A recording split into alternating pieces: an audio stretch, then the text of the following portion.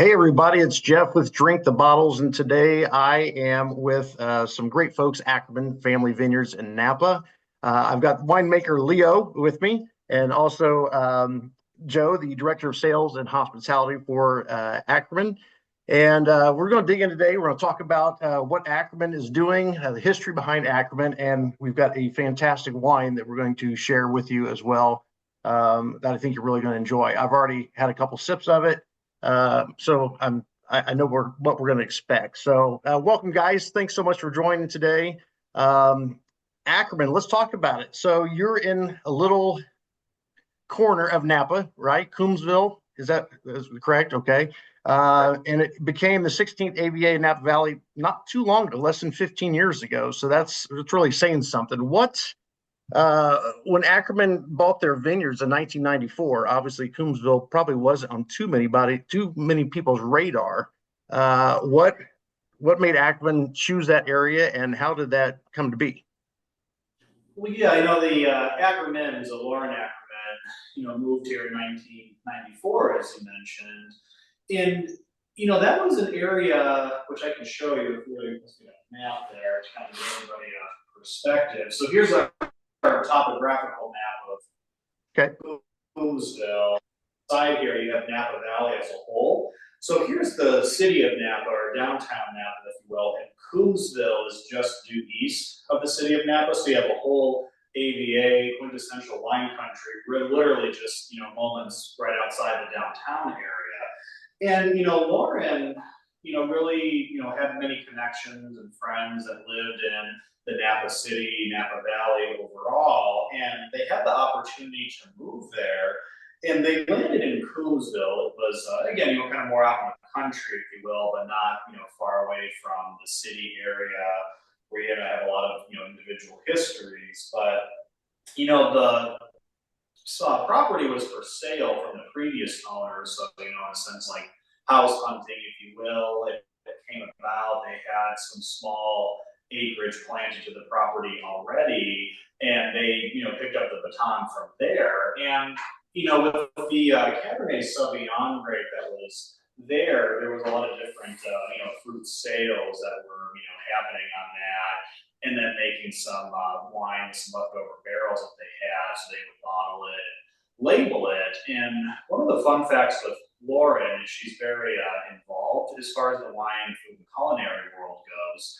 And she was actually the chairperson of Copia when that came about there. Oh, Yeah, so wow. she worked very close with the Mondavi family, Robert Mondavi in particular, and even Julia Child, and then the other vintners that were around. So she was really surrounded by some Napa legends, if you will, and selling fruit on to help kind of sustain your farm, making some rough wine with the leftover grapes that we're after, and then sharing it with your colleagues and getting great, feedback from those that are using your fruit and then those that are, enjoying your wine.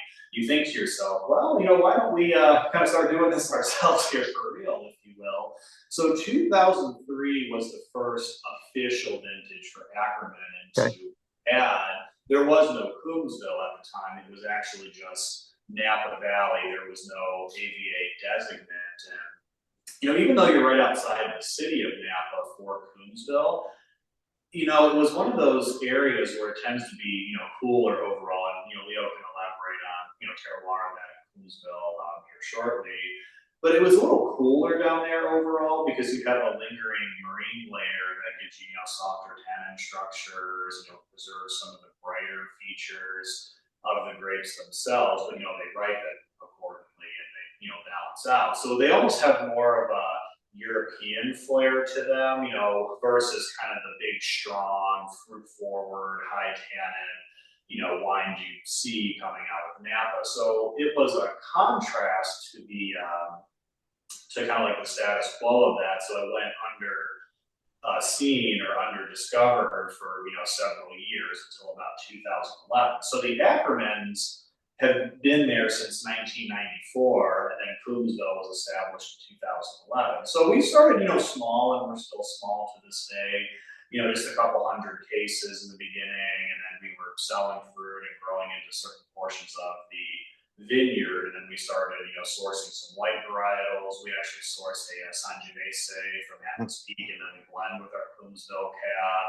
And then we added some Merlot, Cab Franc, Malbec, and Petit Verdot onto the Coombsville property on a small block, and then we have about 9 acres of Cabernet Sauvignon. So we have a little bit of everything in the Bordeaux world out there as far as the reds go and origin.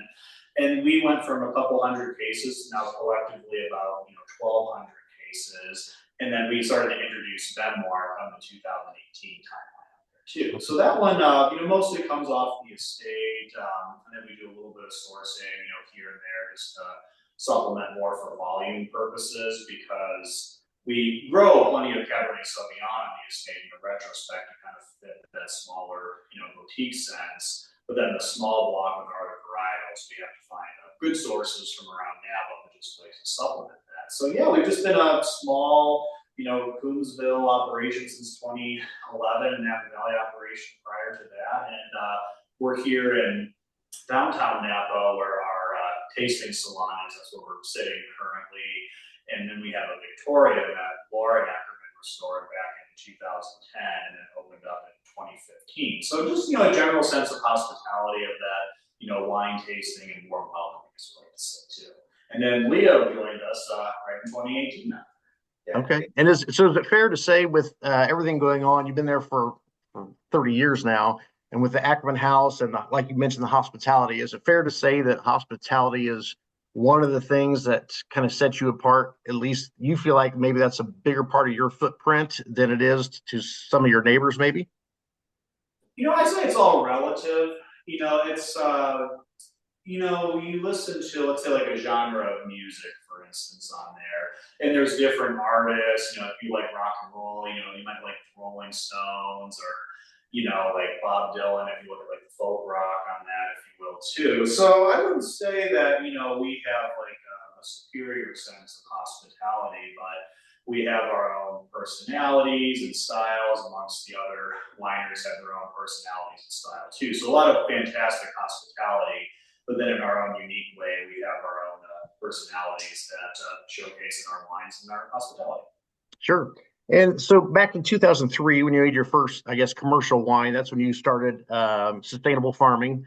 And then I saw in, I think it's 2011, certified organic. Is that correct? 2009, yes. 2009. Okay. Oh, I do have that. Sorry, 2009. So, Leo, can you speak to that as far as what is, the importance of being certified organic and, kind of lessening your carbon footprint and just, reusing what Earth has given us to help, keep things as natural as you can?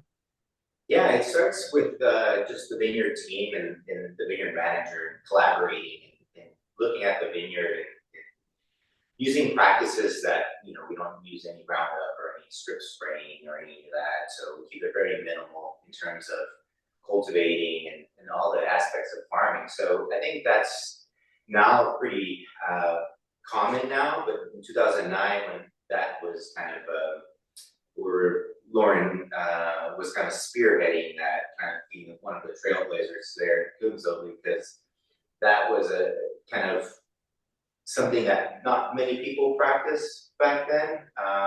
Now it's kind of gained some traction over the years, over the last probably five years or so. So it's a method of farming and being just mindful of what you're putting into the soils and keeping those soils healthy. So I think that it's helped the vineyard, prolong it substantially. So it's going on. Sections were planted in '97, I believe. Joe, was it the part of the vineyard? Yeah, '97. So now we're entering, 28 vintages. Wow, that's crazy. Yields are a little lower than before, but it's Yeah. So obviously, Leo, this is not your first rodeo. How did you get to Ackerman and kind of give us a little history on where you started? okay. Yeah. So born and raised in Napa. My grandfather actually came to Napa in the '50s. So he worked in the vineyards at Charles Krug Winery for many years. My father worked for Mondavi in the late 70s, and right before Constellations, the kind of took over. So, as a kid, I remember going with my dad in the pickup, going to Vineyards, and I thought, how cool is it to just go to different places and just see what, from Carneros to Oak Knoll to Oakville, just seeing different sites. And I thought, for me, that was just, as growing up in Napa, was one of the kind of really cool jobs. Get to drive a pickup all day, So, growing up in Napa, I worked in hospitality. I worked in restaurants. So, kind of in my junior year in high school, I started working at Chandon. Domaine Chandon had a restaurant back in the day. It was one of the first kind of fine dining restaurants that was open in, let's say, 81 or 80, with Philippe Jonty, back in that heyday. So yeah, I've always kind of, from going to Vineyards and seeing how the process is more so in agriculture and the hospitality, there was a point in my life I was like, you know what?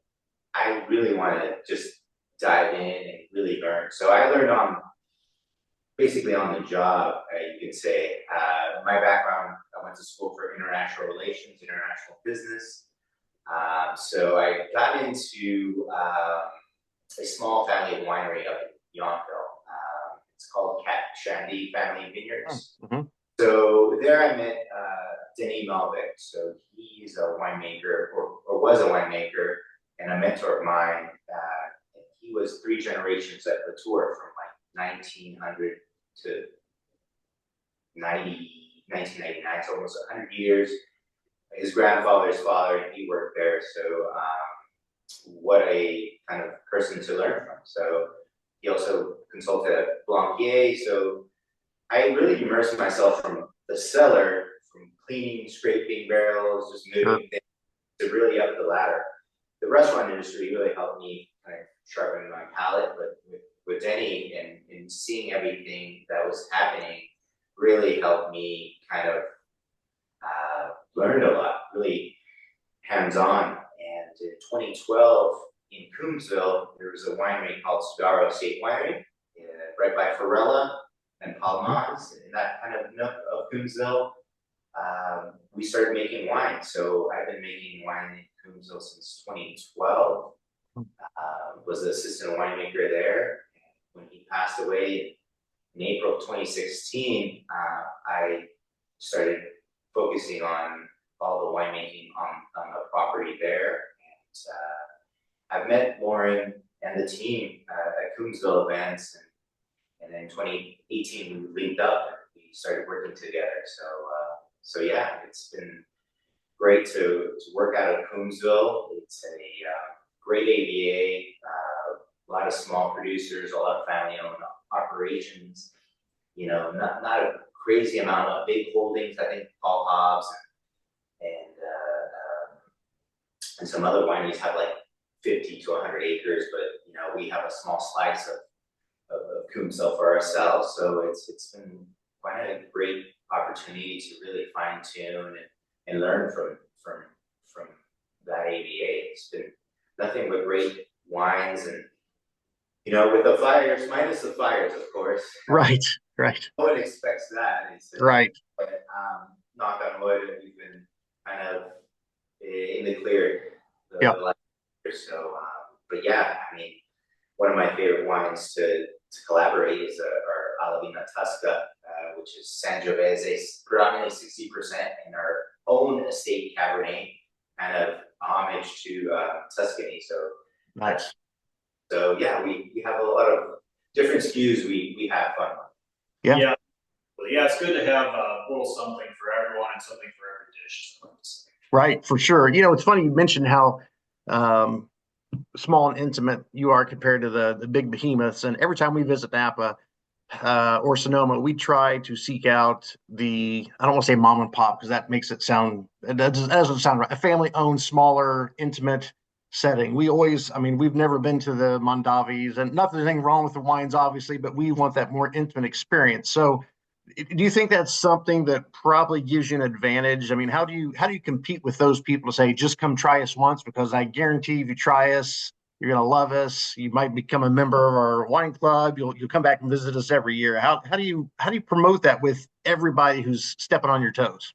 Yeah, that's a great question. And us in the smaller and boutique world, it really comes down to a lot of relationship building because, in turn, kind of speaking in, I guess, a business sense there, the more product you have, the more you can sell, and therefore you're grossing more on that side too. But, being small, and quote unquote, we have, less product, we only make, 1,200 cases a year, not 12,000 cases a Right. year. So when you kind of look at like, marketing budgets and things of that such there, we have capabilities, but not in like the grand, huge, PR companies or that there too. We, going back to like what I said with relationships, we work with tour drivers, concierge groups, really foster different relationships. And also we tend to travel quite a bit as well. So we like to get out of our own, escapes and do events, all throughout the country, whether we're participating in an auction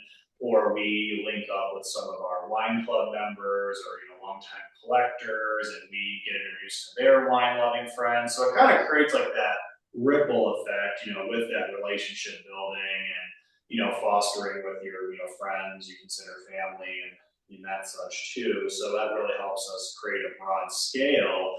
And, when you're working with wine, it's kind of like, when you foster that relationship, you're also sharing some great, time, Sure. laughs and memories together on that, if you will. So there's a lot of joy in that relationship building. And it comes back. So whether it's, like I said, a tour driver, concierge group, or you're fostering your own, people that are loving your wine and follow your wine. That really helps bring people back to us here in the home front overall on that. So really, it's a lot of word of mouth and staying active. Really helps us stand out in our own boutique fashion.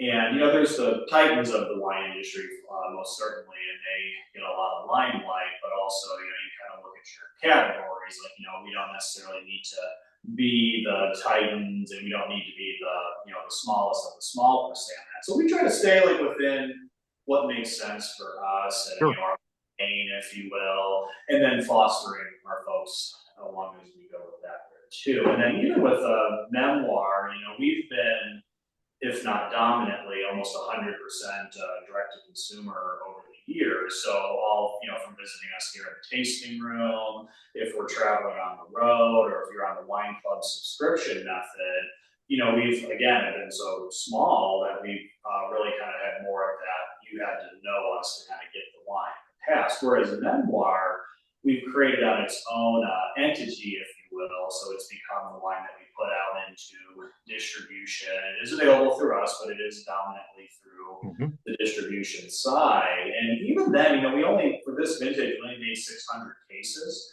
So we're not like a huge distributed amenity. You might start seeing Memoir pop up in stores, around you or on restaurant lists. But it's not going to be like every single spot there too. So having that kind of level of exclusivity and yet accessibility really helps us in the long run there too. Plus, we like to give people wine, so that's always a good sense. Awesome. Well, well, since we're talking about Memoir, obviously that's kind of the I don't know, the pinnacle of this conversation today. I've got a bottle of it here as well, as you do as well.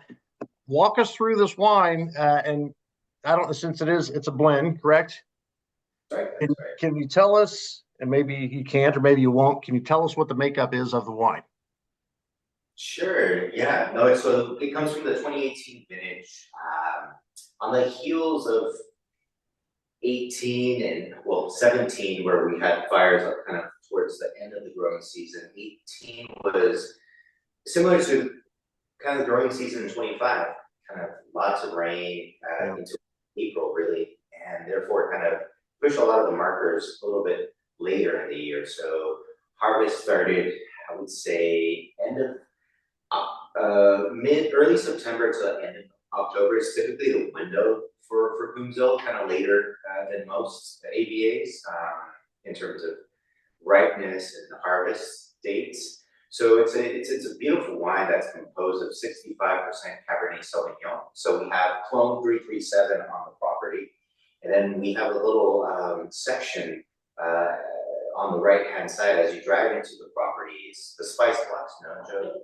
And it's predominantly Malbec, Cab Franc, Merlot, and a little bit of Petit Verdot. So 65% Cab, 5% of Petit Verdot, then equal portions of Merlot, Malbec, and Cab Franc to kind of round it out.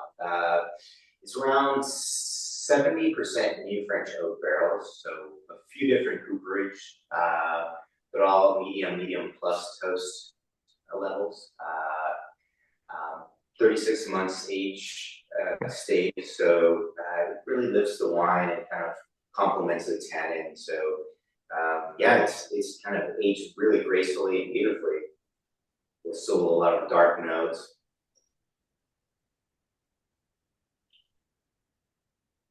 Yeah, dark notes, but still preserving a nice kind of welcoming, bright, red essence.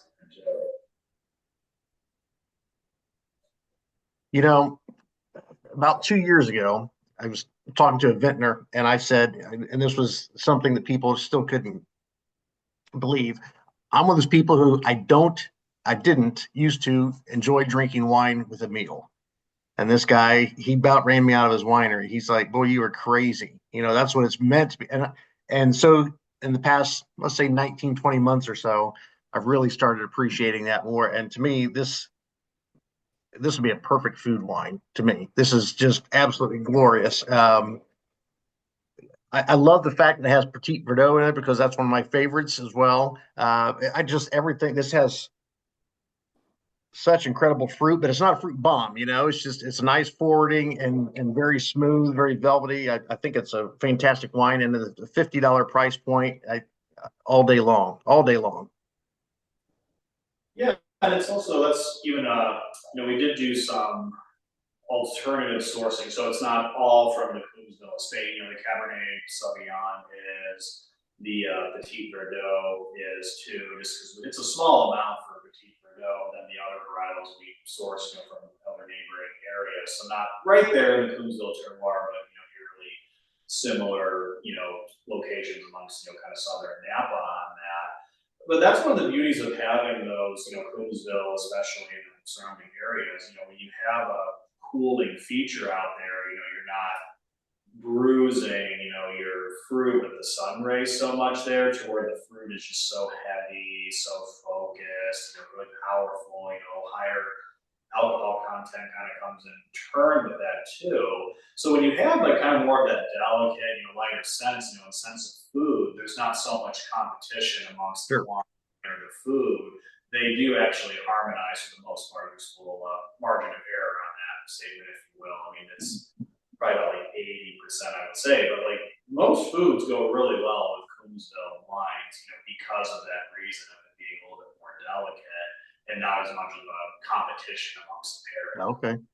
Yeah, that makes total sense. It's a delicious wine. It really is. I'm glad for those folks who don't know, who's going to be watching this first time. Ackerman is actually one of our newer partners.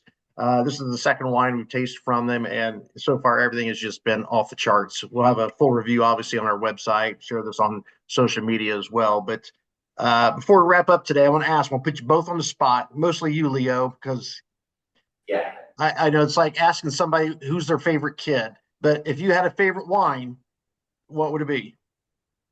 Wow. I have a sweet spot for aged Cabernet. I think that for me, aged Cabernet is an experience for me that is just a time capsule. Really, you're looking at how wine is progressing. We're very fortunate here in the area or in the wine industry to taste a lot of the newest. But like for me, anything like perfectly aged 10 years. I mean, I remember in a restaurant industry when I got a hand on a 97 Cabernet. I think it was a La Jolla, Hound Mountain or Spring, one of the mountaintop, and it was a 10-year-old wine. I took it to great, very didn't go, and what is this? It was like one of those epiphany wines that you're just like, wow, it's just that sweet spot. So yeah, aged Cabernet, aged wine in general, it's just, you know, you're at the moment, and it's very special to me. Awesome. Awesome. And Joe, do you ever make it back to Ohio? I see you're a Midwest guy like myself. Yeah, it's been a little while since I was back in Ohio, but it was less than a year ago. It was back in June, if I recall correctly. But yeah, we'll be heading out there this summer, personal, and we have a distributor out in Ohio that we work with too. But yeah, once in a while, I'll get myself back out there. Awesome. That sounds great. Well, guys, thanks so much for your time today. I can't wait to do a full write up on this bottle. It's absolutely amazing. It really is. Appreciate your time today. I'm glad we could partner together. And I look forward to chatting with you guys again. And hopefully next time Melissa and I are out in Napa, we can stop by and have a nice sit down.